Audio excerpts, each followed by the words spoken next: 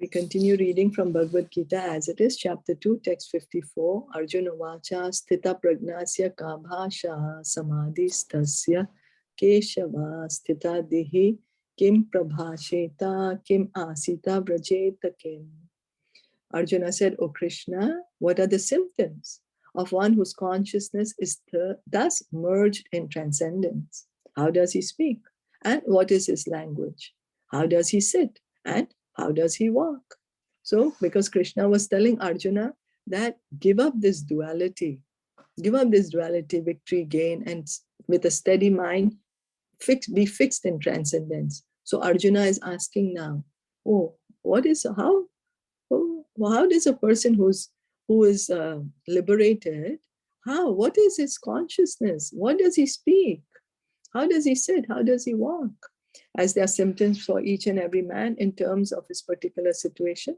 Similarly, one who is Krishna conscious has his particular nature, talking, walking, thinking, feeling, etc. Symptoms also we say, right? Also, everything. Here Prabhupada is giving. As a rich man has his symptoms by which he is known as a rich man. As a diseased man has his symptoms by which he is known as a diseased. Or as a learned man has his symptoms. So a man in transcendental consciousness of Krishna has specific symptoms in various dealings. So Arjuna is asking for our sake, because anybody will say, okay, yes, I'm a liberated person, I'm a Krishna conscious person. But what is he saying? Well, what is he doing? How do we know if he's really Krishna conscious? So Arjuna, that's why he's putting this question to our Krishna, and Krishna is going to inform us for our benefit so that we don't get misguided. Because in Kali Yuga, there's so many people waiting to misguide us, Each wants to claim that they are incarnation of God. Then what will happen to us? So Krishna is setting the criterion. So one can know his specific symptoms from the Bhagavad Gita. As Prabhupada is writing, a rich man we can know, how he sits, how he talks, or how he thinks, what actions he's doing. Or a diseased person, there are symptoms. The doctor will ask also, what's your symptoms? Right? So same way. Most important is how the man in Krishna consciousness speaks. For speech is the most important quality of any man. It is said that a fool is undiscovered as long as he does not speak. And certainly a well-dressed fool cannot be identified unless he speaks. But as soon as he speaks, he reveals himself at once. The immediate symptom of a Krishna conscious man is that he speaks only of Krishna and of matters relating to him. Other symptoms then automatically follow as stated below. So what is the main symptom? He's always speaking of Krishna and matters that are connected to Krishna and nothing else. Nothing else. That's what a pure devotee does. So one might say, oh yes, I'm a great devotee of Krishna, or I'm an incarnation of Krishna. And so till the time we don't hear what he has to say, we might believe it. But once he starts speaking, and if he's not speaking at all about Krishna, or how to worship Krishna, or engage in devotional service himself, then means he's not a devotee himself. He's not a devotee himself. He's not Krishna conscious himself. So he's not transcendental. So speech is, it said that a fool is undiscovered as long. So one can pretend. We can pretend by changing our dress. We can pretend, okay, I can change my dress. Somebody can change a dress to become in the renounced order, But is he truly on that platform? So we have to hear from what he has to say. And then if he's not talking about Krishna, means he's not on the transcendental platform. Then it said other symptoms automatically follow. So the other symptoms will be given also. Okay. Shri Bhagwan Ovacha Prajahati Yada Kaman Sarvan Partha Manogatan Atmani Evatmana Tushta Stita Prajnas Tadochyate. This is a very important verse also of Bhagavad Gita. The Supreme Personality of Godhead said, O Partha, when a man gives up all varieties of desire for sense gratification, which arise from mental concoction. And when his mind, thus purified, finds satisfaction in the self alone, then he is said to be in pure transcendental consciousness. So gives up all varieties of desire for sense gratification. Also means he has given, he understands that my desire is to please Krishna, not to make myself, to make this body as comfortable as possible. And such desires for the body, they arise from mental concoction. It's just our mind that makes us think, if I do this, I will be happy. And if I don't do this, I will be sad. If the situation changes, then I will be happy. And if the situation doesn't change, I will be sad. All this is mental concoction. It's just the mind. It's not the truth. And so then he says, when the mind thus purified finds satisfaction in the self alone. Who's the self? We are eternal servant of Krishna. That is pure transcendental consciousness. So the Bhagavatam affirms that any person who is fully in Krishna consciousness or devotional service of the Lord has all the good qualities of the great sages, whereas a person who is not so transcendently situated has no good qualifications, because he is sure to be taking refuge in his own mental concoctions. So what does Bhagavatam say? Bhagavatam says that it's only a devotee of the Lord, a person who's engaged in bhakti, that he has good qualities, whereas another person doesn't have. Why? Why is Bhagavatam saying that? Because a person who's not engaged in bhakti, then he's just listening to his mind, taking refuge in his own mental concoctions. And the mind can think anything. The mind can make up anything. You know, I might think I'm the queen of the world. I can think that, and I can pretend to be, and I can believe it also.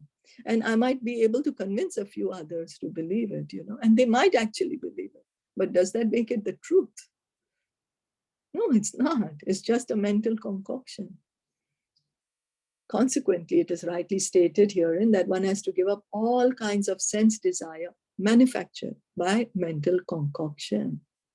Artificially, such sense desires cannot be stopped, but if one is engaged in Krishna consciousness, then automatically sense desires subside without extraneous efforts. So Prabhupada would give the example, if you tell a naughty child, the child is being naughty, you just tell him, just sit down in one place. How long will the child sit down? You tell him, don't do anything, just sit down. After a few minutes, the child will again start becoming naughty. So how is it to control the naughty child? Give him something that will occupy him. Give him something. Engage him in some activity that will occupy him. Similarly, our senses, they are going to say, I want to see something. Eyes will say, I want to see something. Tongue will say, I want to eat something. I want to speak something. Ears will say, I want to hear something. We can't become totally deaf, dumb, mute to say, I'm not going to speak, I'm not going to hear. No, we are going to. So what shall we do? Eyes to see the deity of the Lord, to read the scriptures, ears to hear the pastimes of the Lord, the tongue to eat Krishna Prasad and to speak the glories of the Lord. Then what happened? Automatically the senses are controlled. We do not artificially need to control the senses. We do not have to tell the eyes, oh, don't see. You know, because you might see something which is wrong, which will create a wrong desire. Or don't speak, because you might speak something which is harsh and which is not good. But so what is a natural way? Engage all the senses in Krishna consciousness. And what is an important point? One has to give up all kinds of sense desire manufactured by mental concoction. It is the mind only that tells us, I will be happy if I see this. I will be happy if I eat this. I will be sad if I don't go there. I will be happy if I hear about this. It's just by the mind. It's mental concoction. It's the mind which makes us think. Actually, true happiness is only when we connect us with Krishna.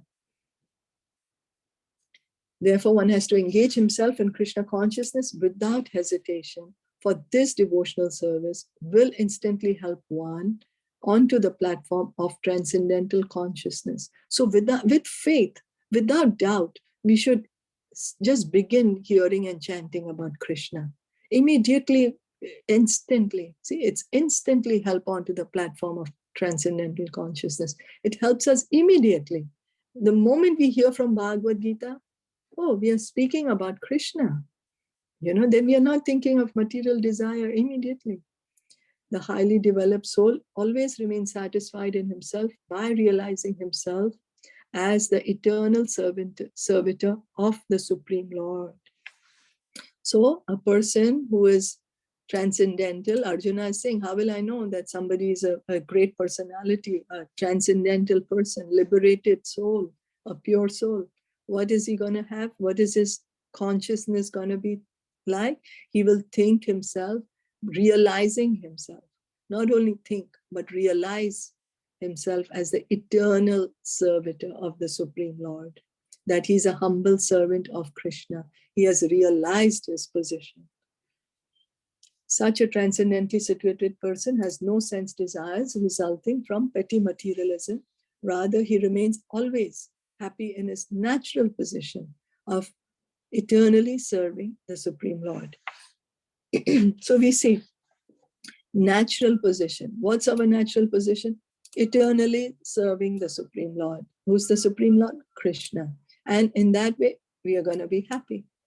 We are all trying to be happy in this material world. Let me do this, I'll be happy. Let me do that, I'll be happy. The only way we can be happy when we are situated in our natural position. And what is that natural position? Of serving Krishna. And so bhakti is our natural position. Serving Krishna begins by hearing and chanting. Hearing from Bhagavatam, Bhagavad Gita, chanting the Hare Krishna mantra. That is bhakti. That is, we are associating with the Lord. And that's the only way we can get happiness. Is that okay?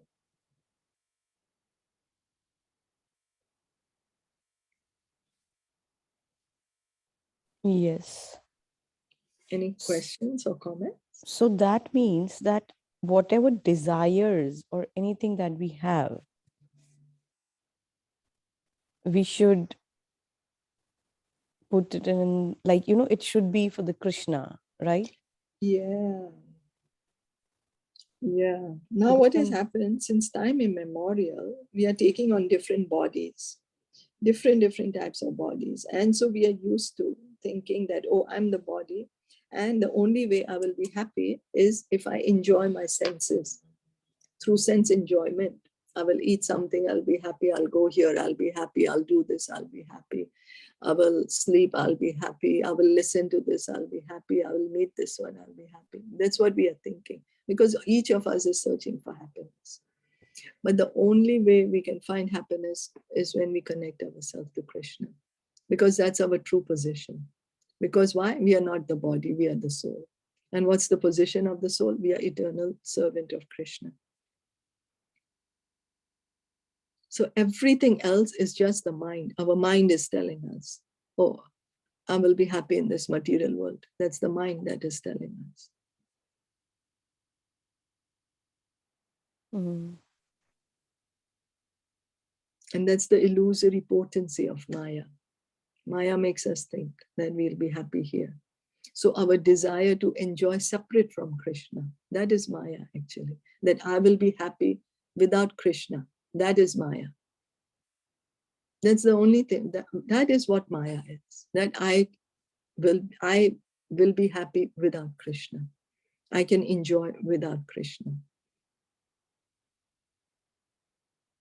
Mm.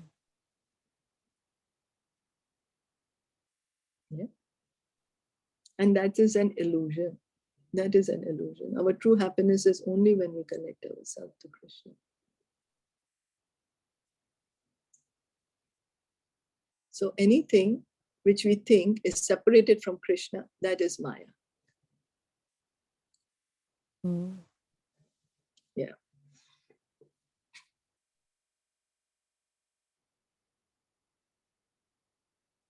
Is that okay? Yeah.